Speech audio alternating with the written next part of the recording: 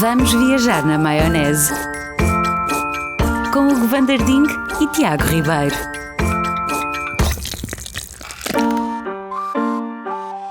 Olá, sejam muito bem-vindos a mais um Vamos Viajar na Maionese. Mais uma semana de encontros. Hugo Van der Ding, estavas a fazer olhos. Estava a fazer olhos para a Câmara. Para quem? Para a Câmara Para Municipal. a Câmara Municipal. É verdade. Há pessoas que escrevem câmara. Câmara. Há pessoas que estão... Adoro a tua câmara. A alfabetização foi feita assim mesmo Sim, por a rama. Sim, por baixo. Como é que tu estás? Como estás, companheiro? Está tudo? Sim, muito. Tinha saudades tuas desde a semana passada. Claro, também eu. Vagamente, sim. Não parte a quarta parede. Não parte a quarta parede. Sejam muito bem-vindos. Obrigado pelos vossos comentários nos últimos episódios. Tem sido muito entusiasmante receber mensagens. Bastante. Onde estão, como ouvem isto. Percebemos que é o domingo. É realmente o grande dia das...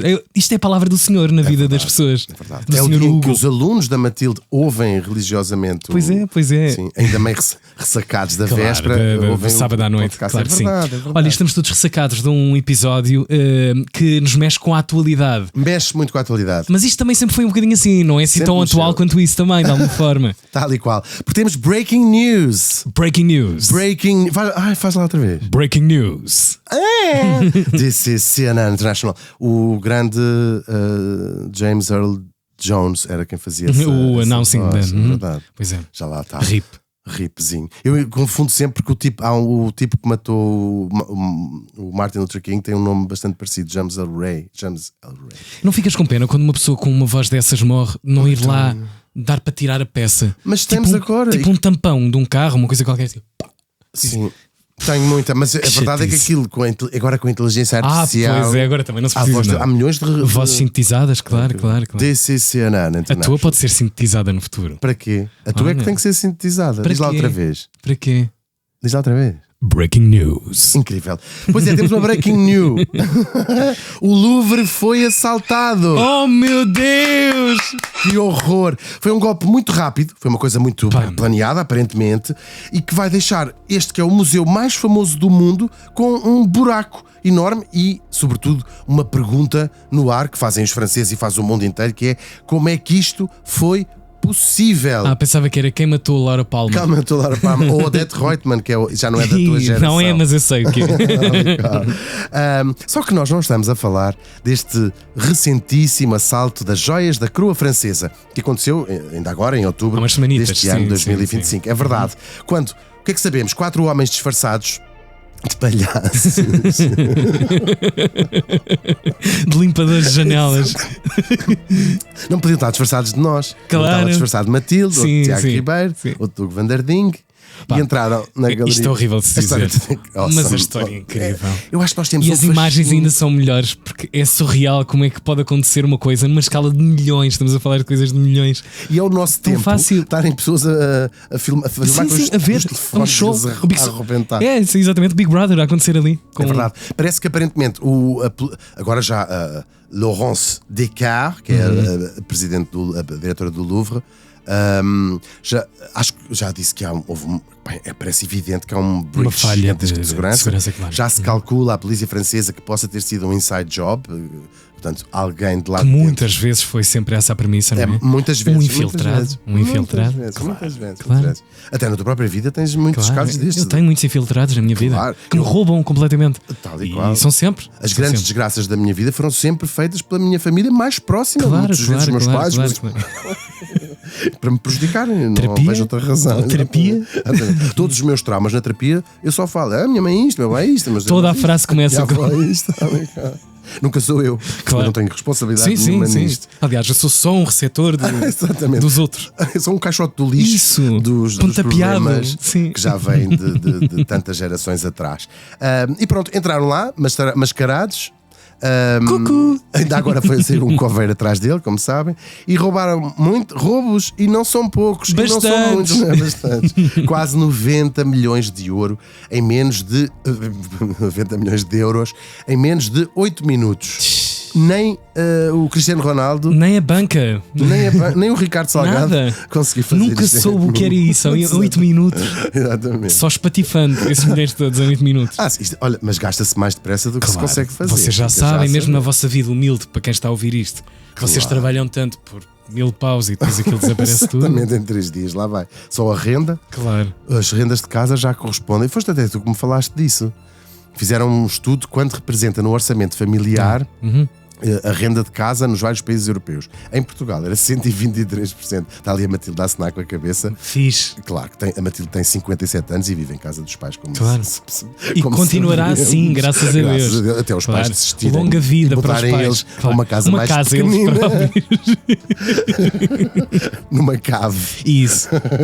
If you know what I mean. Vamos levar alguma seriedade. Claro. Louvre. Estamos a falar Isto do é uma Louvre, coisa- o palácio sim, que já sim. foi casa dos reis de França Claro. até o Luís XIV construir Versailles e se mudar para o campo. Era ali E que vivia continua a família. parecer muito bem aquilo. É uma casa incrível, 3 hectares, uma coisa assim qualquer.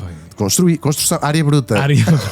E sem, incluindo logradores. e sem mim deve ser uma Claro, e com vista fatura. para o Seine. Claro, claro. Que é do Louvre, aquilo fica no Quai do Louvre. Sim, sim. Que é do Louvre. Que é do Louvre. Está ali. Está ali. Aquilo ali, o que é o Senna? Ganda Senna. Grande cena, pá, com o batom mousse. Vamos concentrar-nos. Por favor. Bem, estamos a falar de outro assalto ao Louvre, um assalto muito mais lendário. Eu penso que não é exagero da minha parte, não é mesmo? Porque é este assalto que vai trazer a fama que tem hoje o Museu do Louvre e que fez dele o museu mais visitado do planeta, a seguir naturalmente ao Museu do Zé Freis, os bonecos do Zé Freis. A seguir Espera ao lá, Museu dos Costa. um assalto que foi um grande golpe de marketing para um museu, para um espaço? Olha que isso foi uma das teorias da conspiração. É o assalto que vai não só fazer do Louvre o museu que é hoje, a grande parte da fama do Louvre vem deste assalto, e vai, sobretudo, é o assalto que vai transformar um pequeníssimo retrato renascentista na obra de arte mais famosa do mundo, porque vamos falar do dia em que a Mona Lisa desapareceu. Para já, uma pequena pausa para as palavras do nosso patrocinador. E agora, umas palavras do nosso patrocinador. Hugo, emprestas-me as chaves do teu carro. Até o teu carro. Vendi-o para continuar a jogar. Mas agora ando muito mais a pé. Os jogos da Bacana Play são de facto muito divertidos, opá, são mesmo divertidos. Mas não se esqueçam que devem usá-los apenas como divertimento. Por isso, joguem com responsabilidade. Foram as palavras do nosso patrocinador. Estamos todas em artes hoje neste Estamos todas programa. em artes. Quer dizer, enquanto ela existir e não for gamada, porque na verdade o episódio é sobre gamanço. E vamos contar um que envolve o Louvre. E não é o que está a decorrer ainda, uma mega investigação em torno de um caso talvez o mais caricato deste ano. Não há outro na história do mundo, pelo menos das artes. Mas vamos andar um bocadinho para trás no tempo, e esse sim também foi uma escandaleira aos Foi uma olhos escandaleira. do seu tempo. É verdade, é o desaparecimento, o roubo da Mona Lisa. Mona Lisa, Mona Lisa, não sei o quê. A história vai começar, claro, vamos até bastante atrás deste assalto, com o próprio Leonardo da Vinci. Da Vintes. Da Vinci, exatamente. Leonardo da Vinci. Leonardo da Vinci, perto de Vila Nova de Gaia, ele era de lá, Claro. amigo de Bruno. David Bruno. David Bruno. Aliás, um homem tão sábio só podia ser daquele lugar. O David Bruno é incrível. Então não é? Sim, Não. fica O Da atrás. Vinci e o Leonardo também. O Leonardo da Vinci, é verdade. Ele já era de Vilar do Paraíso, mas usava a Vinci para não ficar tão mal. Claro. Estamos em 1503 e estamos onde? Em Florença, claro. Por esta altura, o nosso Leonardo já está assim na casa dos 50. Nós sabemos, o Leonardo da Vinci é talvez o kit essencial gênio humano, porque é um polímata, como se dizia, como costumamos chamar essas pessoas, cuja os interesses e a genialidade De tudo, todas as coisas. Em tudo e em todo o lugar há uma marca Tal e dessa qual. figura. É pré-Bolonha. É para Bolonha. Acabaram com Pois aquilo? em Bolonha, Claro. claro. A Matilde 3 aprende a anos. Bolonha. Quer dizer, 3 anos o que é que deu Sim, para. foi 2 semanas a aprender Sim, a ler e escrever. Sim. E a gramática, esquecê-la, não é? Escrever. Sim, está ali, tem polegares oponíveis para o Claro, telefone claro. e pouco mais Sim, do que sim. isso. Os alunos depois Pois ficam é, a insultá-la. eles Ai, percebem que isso vergonha. depois. Bom, e então, sabemos isso. Temos até os cadernos dele, um homem que estudava anatomia, dissecava cadáveres, para sabemos aquela perfeição toda. Que anatomia é daquelas- que ele estudava? É dele próprio, provavelmente. Não se conhece muito da sua vida amorosa.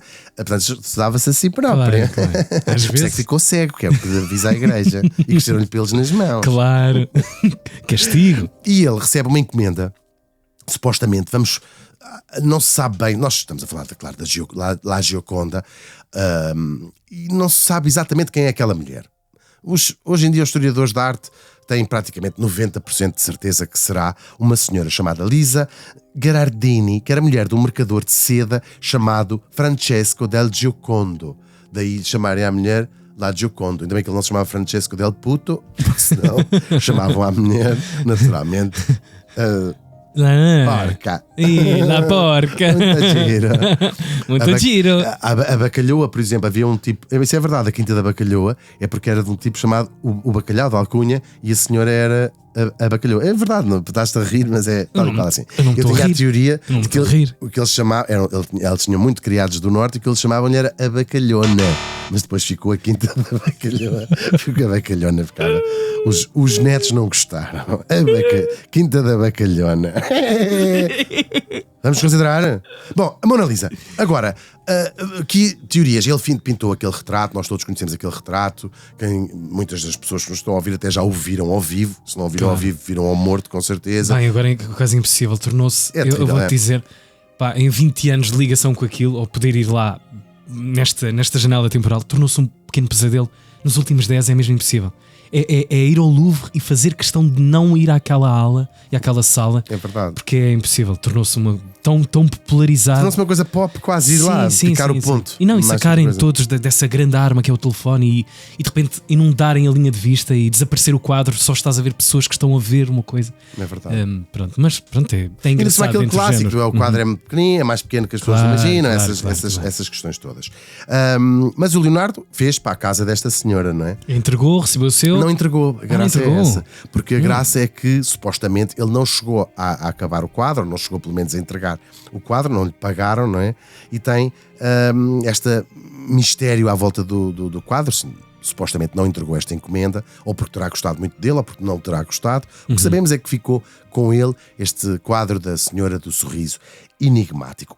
Uns anos depois, o Leonardo vai, e isto é muito importante nesta história, ele vai deixar Florença por umas questões políticas e vai se refugiar ou exilar em França, a convite de um tipo que o adorava, o rei Francisco I, que vai ser o patrono final dele. O Leonardo da Vinci morre em França, foi a sua casa, digamos, dos últimos anos. Ele morre em 1519 e vai deixar algumas coisas. O próprio rei Francisco I tinha comprado, adorava, não é? Eram mecenas na vida. Eram mecenas grandes e eram até amigos íntimos, até se falava na altura. Mas isso nós não temos nada a ver com isso. Acho que não se falava. E vai. Este quadro em particular e outras obras, aliás, existem no mundo apenas 15 quadros a óleo do Leonardo da Vinci, é o que nos chegou. E vai deixar ao rei, ou à coroa francesa, aquele pequenino pedaço de madeira de chopo, porque no fundo é isto que é verdade. Tem 77 por 53 centímetros, que se vai tornar, com o tempo, e já vamos ver como, no retrato mais famoso da história. Isso penso, não surreal, não é? É incrível. Olhando para isto tudo, não é? Sim, é muito quase giro. que a vulgaridade das matérias e do que está ali, e nunca se percebeu a intenção daquilo no fundo, não é? Sim, sabes que há uma teoria da arte que eu acho muito fascinante, aquela ideia do chá, não é? De virar uma coisa de fazer xixi ao contrário e aquilo ser uma peça de arte. Um quadro não deixa de ser isso também, ou seja, aquilo são só matéria. Madeira e tinta. É madeira e tinta, sim. É tanto como um mictório, não é, claro, não é mais. Claro. Pois o resto é de facto isto não é um cachimbo. Isso. Eu sei, Margarito. É a representação. Estás um bocadinho mais Margarito. Agora, durante muitos séculos, este quadro vai viver uma vida absolutamente discreta. Ele pertencia à família real, à coroa francesa. Esteve no Palácio de Fontainebleau. Era um quadro da decoração, vá. Estaria onde? Sabemos onde esteve em alguns sítios. Em Versailles, o rei Luís XIV, vai sendo herdado pelos reis, naturalmente. O rei Luís XIV esteve no seu quarto de dormir, sabemos onde esteve. Depois ele vai passar pelo Louvre, com o Louvre enquanto Palácio Real ainda. Sim. Depois o Louvre é transformado em museu logo a seguir à Revolução. Eu penso que em 1792, mais ou menos, até imbuídos do espírito revolucionário. Claro. Aqui não há casas para os reis querem casa, vão para a casa do povo e da arte. É a casa, casa da Joana. Casa da mãe Matilde. E portanto vai-se transformar no museu, com a ideia de o povo tem direito a estar aqui nestes palácios e ver estas coisas. E ver as suas obras, não é? E ver as suas obras, sim. Aliás, até podemos já acrescentar um bocadinho esta história das joias da coroa que vão desaparecer agora, nesta altura. Outra das coisas que os revolucionários resolveram fazer foi vender tudo o que era este património que representava a ostentação da realeza francesa. Todas estas joias que nós vimos agora, que já são algumas delas posteriores à Revolução, foram vendidas e o Museu do Louvre comprou-as, ou seja, isto não é uma herança. Comprou ao longo de várias décadas, andou a recomprar aquilo que o Estado francês, a República Francesa, tinha decidido vender. É muito engraçado, não é? Incrível. É giro. Rastrear todo o seu espólio. Muitas coisas se perderam. Real. Sim, muitas coisas foram sendo perdidas. Mas andaram a recomprar este. Mas de alguma forma a nossa Gioconda estava a jogar em casa, estava num sítio onde já tinha estado. Sim, ela esteve no Louvre. Depois, entretanto, nós sabemos, há a Revolução Francesa, o Louvre transforma-se num museu. Depois há uma experiência ali republicana. Depois há o Napoleão Bonaparte, não é? O Império do Napoleão. E o Napoleão adorava este quadro e tinha no seu quarto de dormir. E sabemos, o Napoleão adorava, tinha lá em cima da cama. É muito giro isso, não é? Incrível, incrível. E lá andou incrível. a Gioconda. Agora, e, portanto, dormia no mesmo quarto. Sim. Que é verdade. Agora, até ao século XX e até ao assalto que vamos falar, isto não era um quadro conhecido. Era um quadro que o Napoleão achou graça e que eles pôs tinham no uma quarto. pancada por ele. Sim, achavam interessante. Bem, sabiam que era do Leonardo da Vinci. Claro.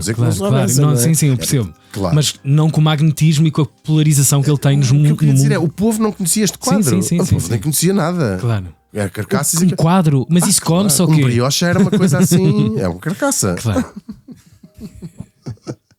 E então, era estudado e era conhecido, já depois do Napoleão, e lá estava no Louvre outra vez, pelos historiadores da arte. Ou seja, os entendidos da arte sabiam que está aqui um Leonardo da Vinci. A obra mais conhecida de Leonardo da Vinci era indubitavelmente A Última Ceia. Claro. Isso sim era uma coisa que as pessoas conheciam, mas a Mona Lisa não. Portanto, era apenas mais uma pintura antiga. Lá quem ia ao Louvre lá havia, e teria continuado provavelmente a ser uma pintura obscura do Leonardo da Vinci, como eu digo, há 15, e nós não sabemos dizer quais são as 15, não é? Conhecemos esta, conhecemos o Salvatore Mundi por causa daquela história da compra pelo príncipe da Arábia Saudita, conhecemos a Última Ceia, mas ninguém conhece o Mulher Nua a dar uma linguada a um coelho, claro, que é um quadro lindo maiores, dele.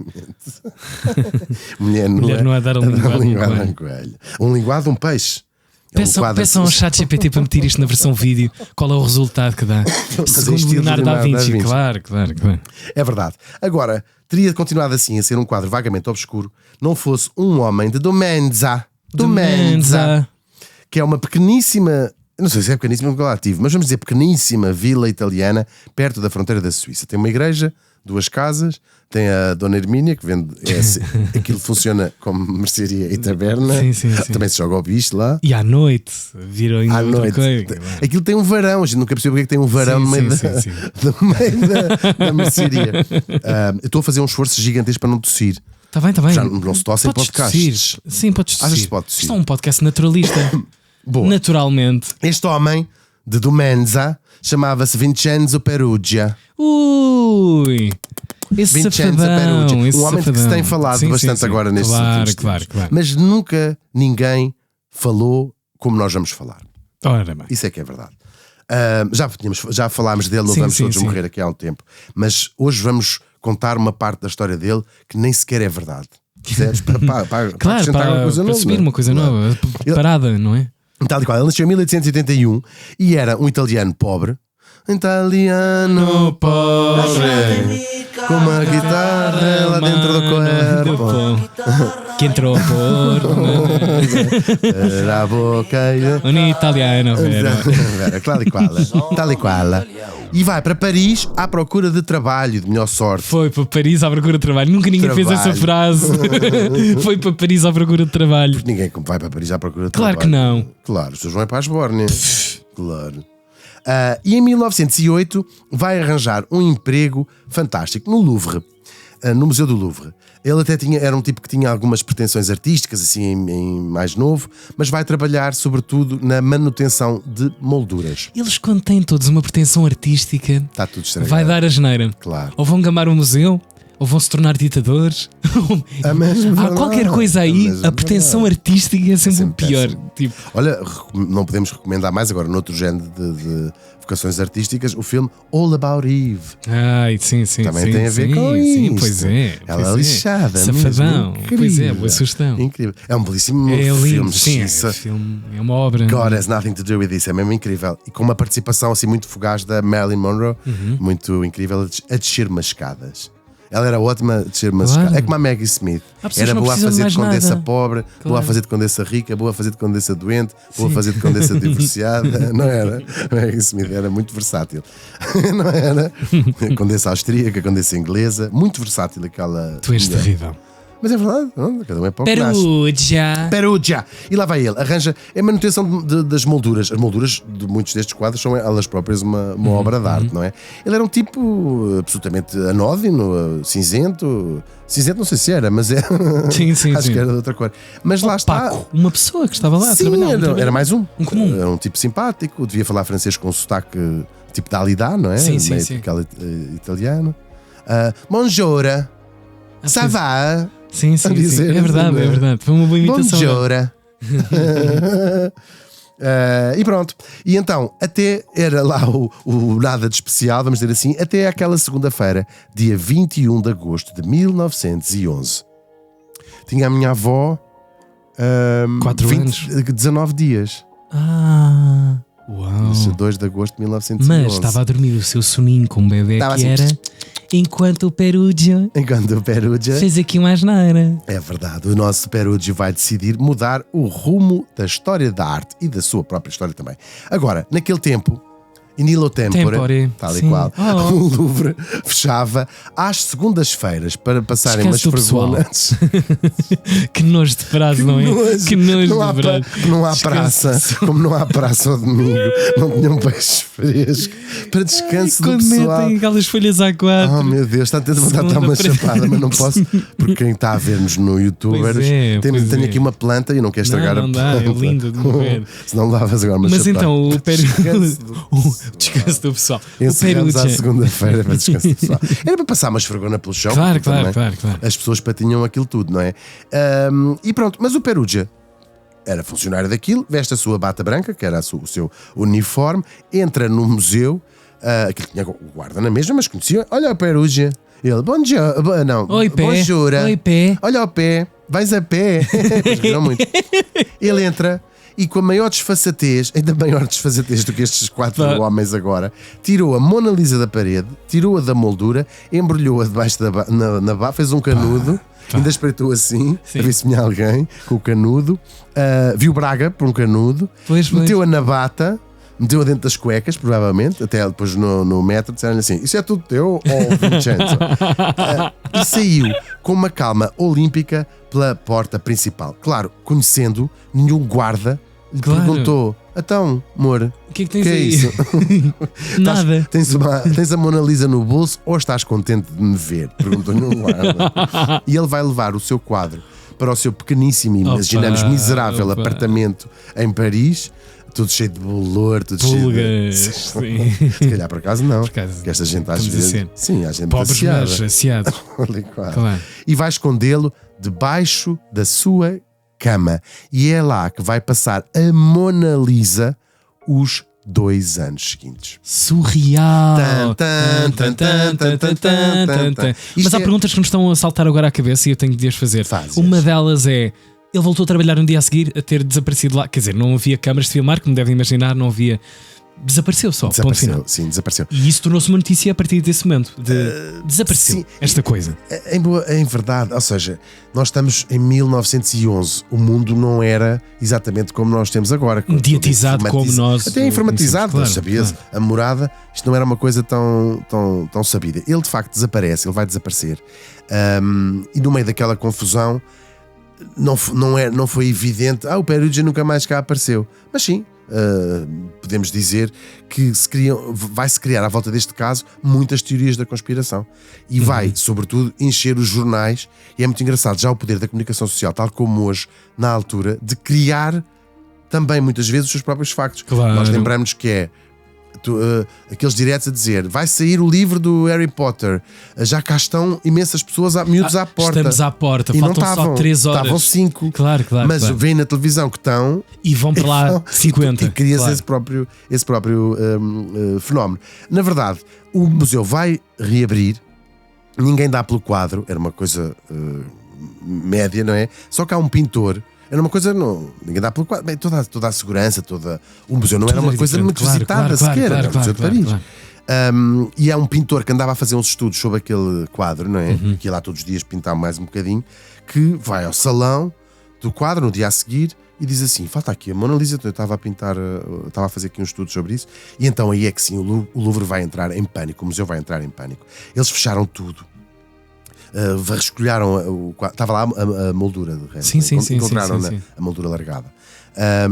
E é provável que tenham percebido que falta aqui o Perugia, mas não havia maneira de encontrar. Claro. E aqui vai fazer, de facto, a notícia vai-se pôr na capa do jornal, criar uma sensação. Ainda por cima, estamos em agosto, não é? Claro. Silly Season, completa. mesmo em 1900 e pouco. E 11 era assim, já Silly sentia. Season. Sim. Ainda não tinha começado a guerra, Claro. não é? Para encher os jornais.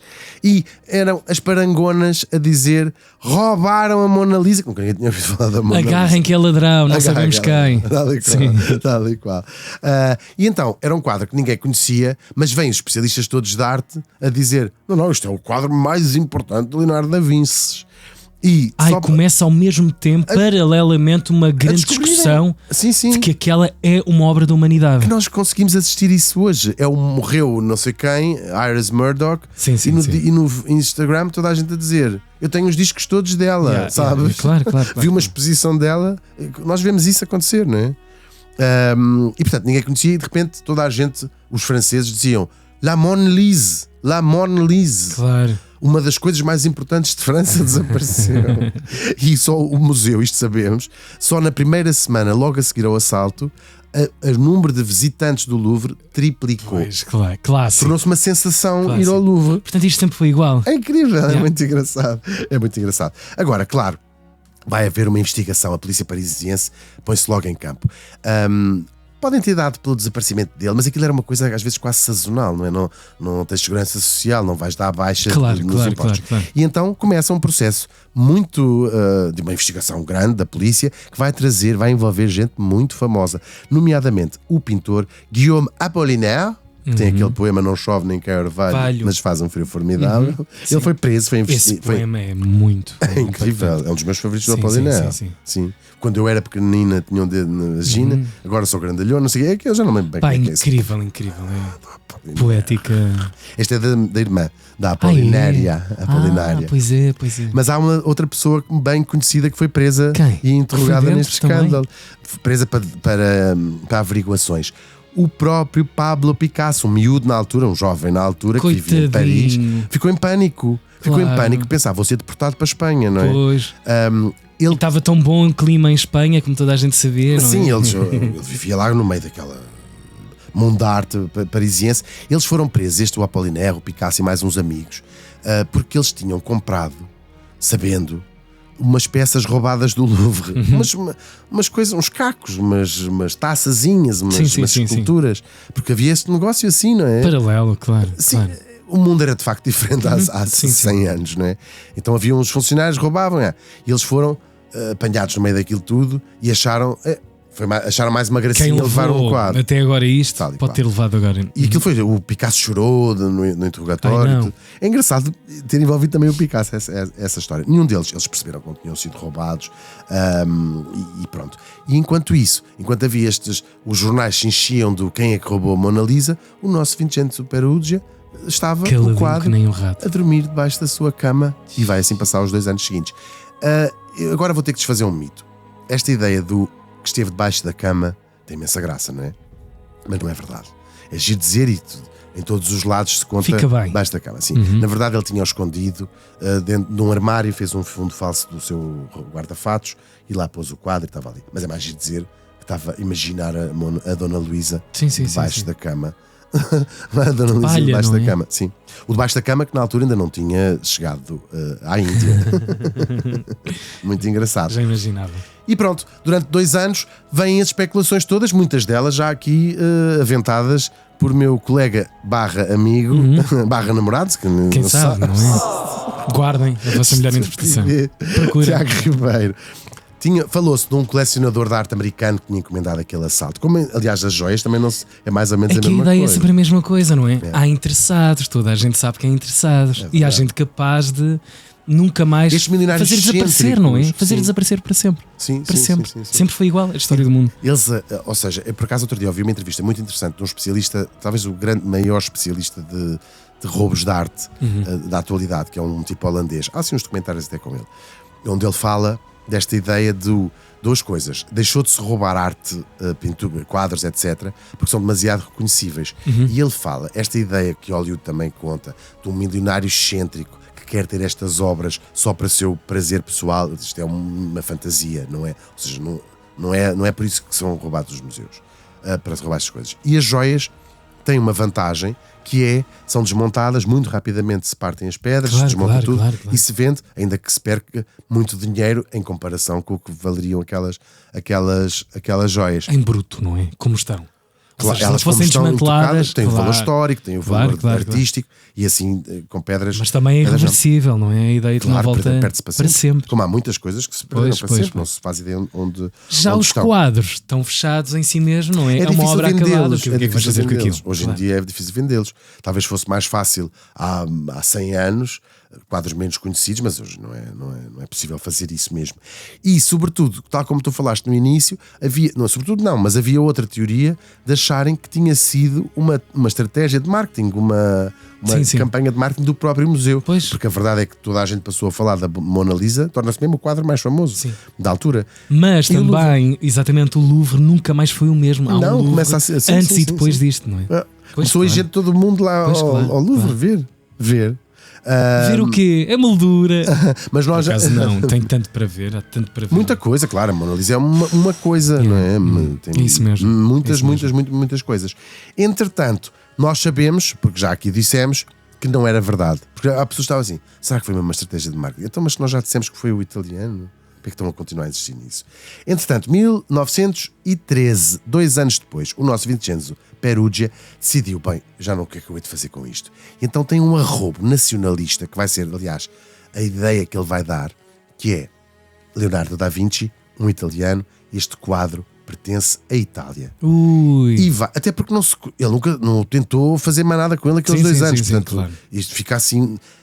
As próprias motivações dele são. Vamos ter que acreditar nesta, que era isto tem que ser devolvido ao Museu Italiano. Ele apanha um comboio, leva o quadro, imagina, a Mona Lisa, né?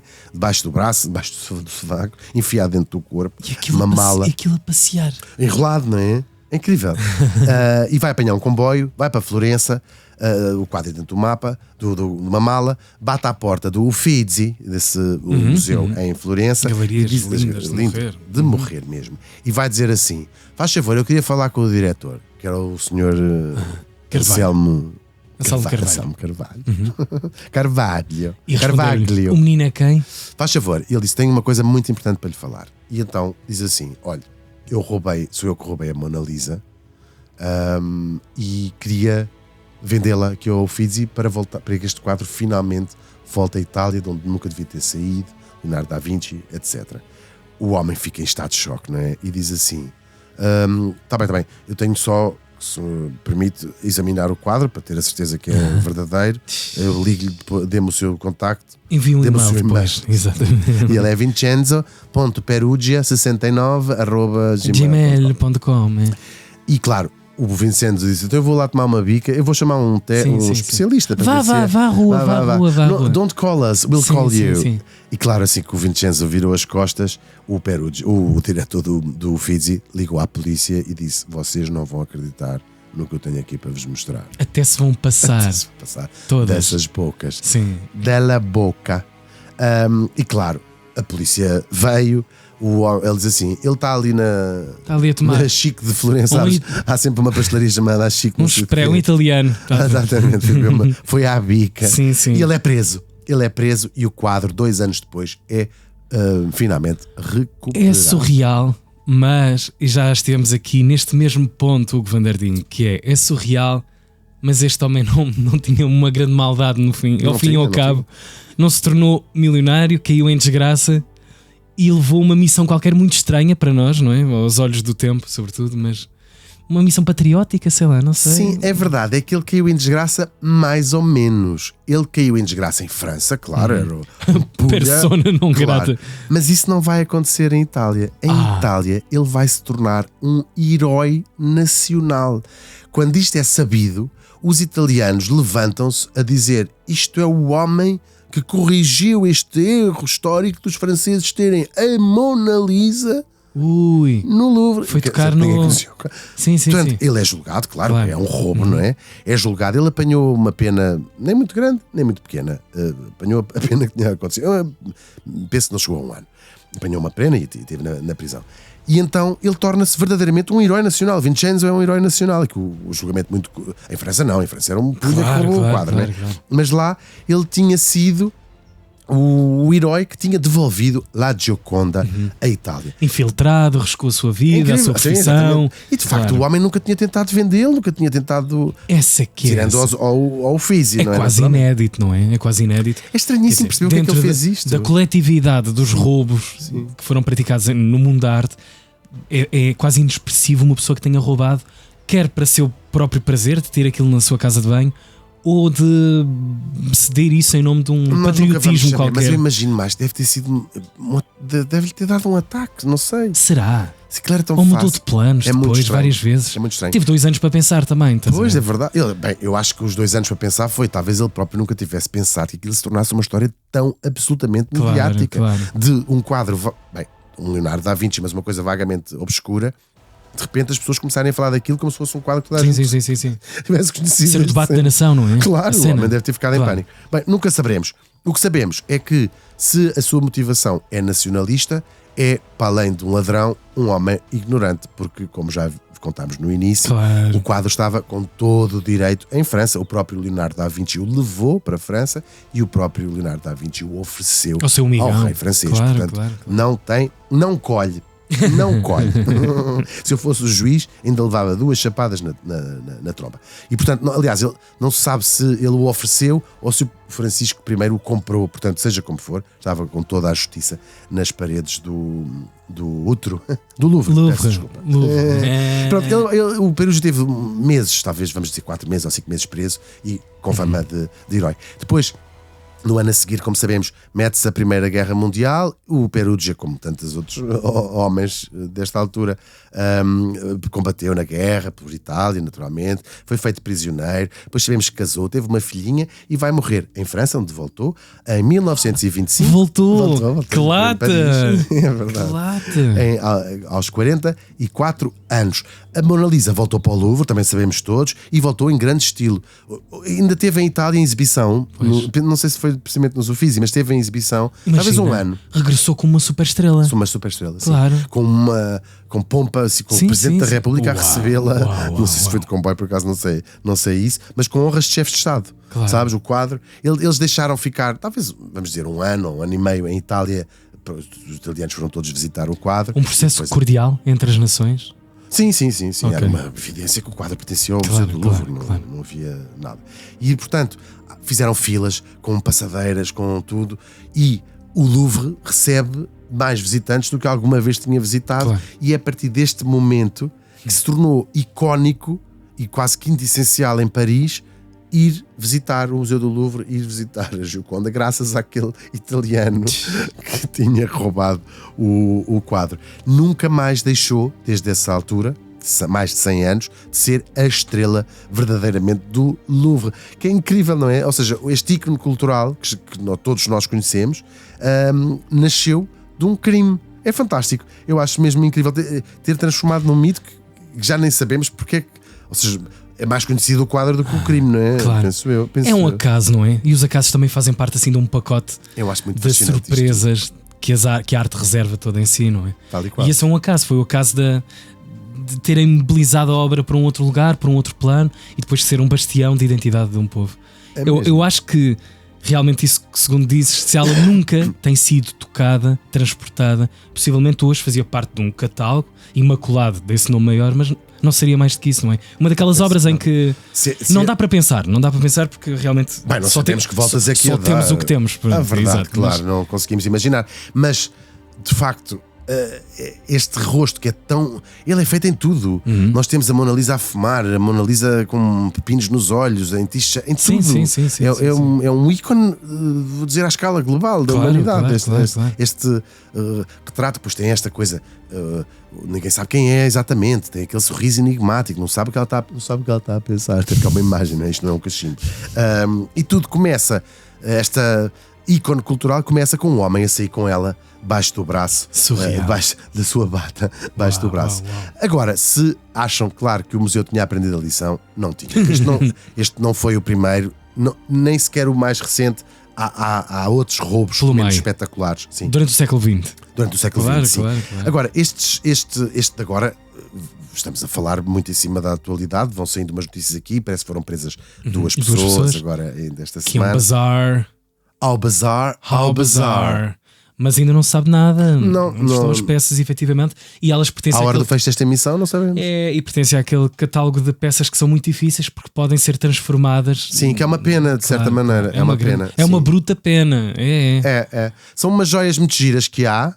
Elas muito ligadas à parte do Império, portanto, quer às senhoras de Napoleão I, como depois do seu sobrinho Napoleão III, uma espanhola, que um dia podemos contar a história dela, Eugénia de Montijo. As suas tiaras, brincos. Até nós gostávamos de usar aquilo. Pregadeiras. Claro. Sim, adorava ter um daqueles. Aquilo a poder, não dá? Dá uma coisa. Eu acho que é isso. Eu acho que é isso. Tiago, é muito engraçado teres feito disso, porque. Estou a falar a sério mesmo, Eu acho que há um poder naquilo. Eu acho que é isso, é sobretudo isso que estas coisas representam, mais do que o seu valor convencionamos que aquelas pedras têm está valor, estipulado. Né? Claro. Já fascina-nos ser num lugar que supostamente dos mais vigiados do mundo, ainda que o tal especialista holandês tenha, porque lembro da jornalista que eu estava a entrevistar, diz assim, mas porquê é que não assaltam antes a Cartier, que nem sequer fica muito longe, ou outras joalharias de Paris, onde as pedras que roubam podem vendê-las pelo preço porque não são tão facilmente reconhecíveis. E o tipo dizia, vocês não fazem ideia, a Cartier hoje é muito mais protegida e guardada do que o Museu do Louvre. Tem polícia, até a Cartier de Lisboa, tens para esperar à porta, marcação, tudo mais. Identificas-te, portanto não entras lá como visitante anónimo. Claro. Portanto, ele diz, é muito mais difícil roubar a Cartier do que roubar o Museu do Louvre, fica a ideia. Claro. Agora, tentem.